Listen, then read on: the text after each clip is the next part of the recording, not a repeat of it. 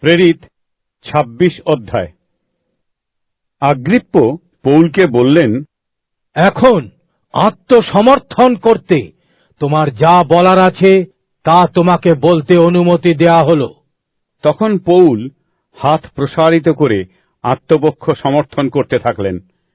তিনি বললেন, হে রাজা অগ্রিপ্প, ইহুদিরা আমার বিরুদ্ধে যেসব অভিযোগ এনেছে সে বিষয়ে আজ আপনার সামনে আমি আত্মপক্ষ সমর্থন করতে পেরে নিজেকে ধন্য মনে করছি। বিশেষ করে ইহুদিদের রীতিনীতি ও নানা প্রশ্নের বিষয়ে আপনি অভিজ্ঞ। এই জন্যে আপনার কাছে কথা বলার সুযোগ পেয়ে আমি বড়ই আনন্দিত। তাই আপনাকে অনুরোধ করছি, আপনি ধৈর্য ধরে আমার কথা শুনুন। তারা জানে যে শুরু থেকেই আমি এই জেরুজালেমে আমার স্বজাতির মধ্যেই জীবন কাটিয়েছি এবং আরও জানে আমি কিভাবে জীবনযাপন করেছি। এই ইহুদিরা দীর্ঘদিন ধরে আমায় চেনে, আর তারা যদি ইচ্ছা করে তবে এই সাক্ষ্য দিতে পারে যে আমি একজন ফরিসির মতনই জীবনযাপন করেছি। ফরিসিরাই ইহুদি ধর্মের বিধি ব্যবস্থা অন্যান্য দলের চাইতে সূক্ষ্মভাবে পালন করে। আমাদের পিতৃপুরুষদের কাছে ঈশ্বর যে প্রতিশ্রুতি দিয়েছেন সেসব পূর্ণ হওয়ার প্রত্যাশায় আছি বলেই আজ আমার বিচার হচ্ছে। আমাদের 12 বংশ দিন রাত একাগ্রভাবে উপাসনা করতে করতে সেই প্রতিশ্রুতির ফল পাওয়ার প্রত্যাশা করছে। আর হে রাজা অগ্রিপ্প, ঈশ্বর আমাদের পূর্বপুরুষদের যে প্রতিশ্রুতি দিয়েছিলেন তাতে প্রত্যাশা করার জন্য ইহুদিরা আমার উপর দোষারোপ করছে। ঈশ্বর মৃতদের পুনরুত্থিত করেন একথা কেন আপনাদের কাছে অবিশ্বাস্য মনে হচ্ছে? আমিও তো মনে করতাম যে নাসরতীয় যিশুর নামের বিরুদ্ধে যা কিছু করা সম্ভব তা করাই আমার অবশ্য কর্তব্য। আর জেরুজালেমে আমি তাই করতাম। আমি প্রধান যাজকদের কাছ থেকে কর্তৃত্বের অধিকার নিয়ে বহু বিশ্বাসীকে কারাগারে পুরেছি, আর তাদের মৃত্যুদণ্ডের সময় আমি আমার পূর্ণ সমর্থন জানিয়েছি। সমস্ত সমাজগৃহে আমি প্রায়ই তাদের শাস্তি দিয়ে জোর করে যিশুর নিন্দা করাবার চেষ্টা করতাম। তাদের বিরুদ্ধে আমার ক্ষোভ এতই প্রচন্ড হয়ে উঠেছিল যে বিদেশের শহরগুলিতে গিয়েও আমি তাদের নির্যাতন করতাম। এই কারণেই একবার আমি প্রধান যাজকদের কাছ থেকে ক্ষমতা ও হুকুমনামা নিয়ে দম্মেশকে যাচ্ছিলাম। পথে একদিন দুপুরবেলায়, হে মহারাজ, আমি দেখলাম সূর্যের চেয়েও এক উজ্জ্বল আলো আকাশ থেকে আমার ও আমার সহযাত্রীদের চারিদিকে ছড়িয়ে পড়ল।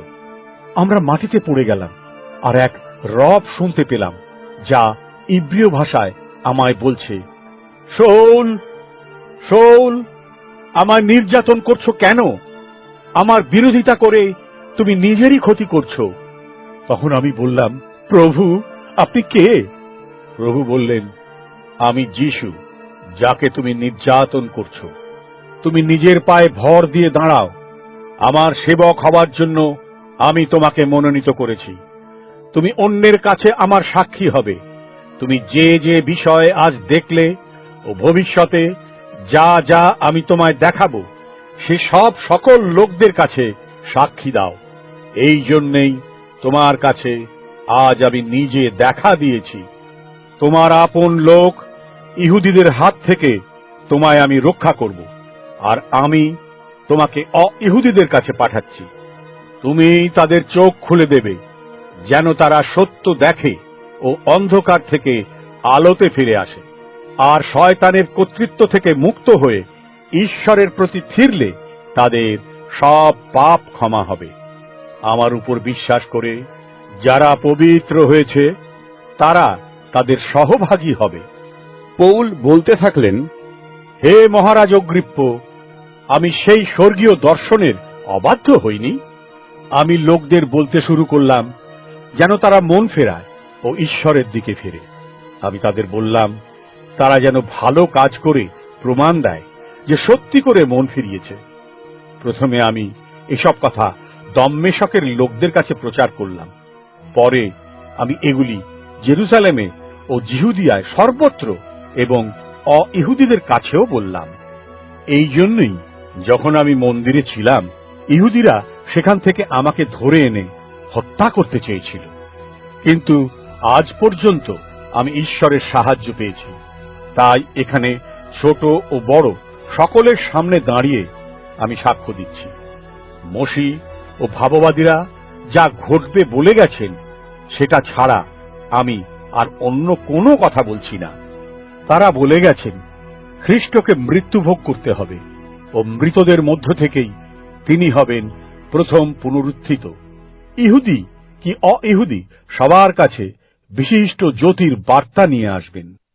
পৌল যখন এভাবে আত্মপক্ষ সমর্থন করছেন, তখন ফিস্ট চিৎকার করে বলে উঠলেন, পৌল, তুমি পাগল।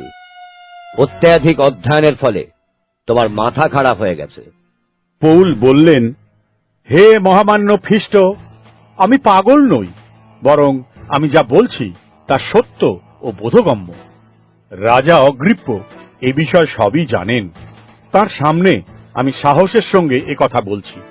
আমি সুনিশ্চিত যে এসব বিষয় তিনি শুনেছেন, কারণ এসব এমন প্রকাশ্য স্থানে ঘটেছে যাতে তা সকলে দেখতে পায়। অগ্রিপ্প, আপনি কি ভাববাদীরা যা লিখে গেছেন তা বিশ্বাস করেন? আমি জানি আপনি তা করেন। তখন অগ্রিপ্প পৌলকে বললেন, তুমি কি মনে করছো আমাকে এত অল্প সময়ের মধ্যে খ্রিস্টিয়ান করতে পারবে?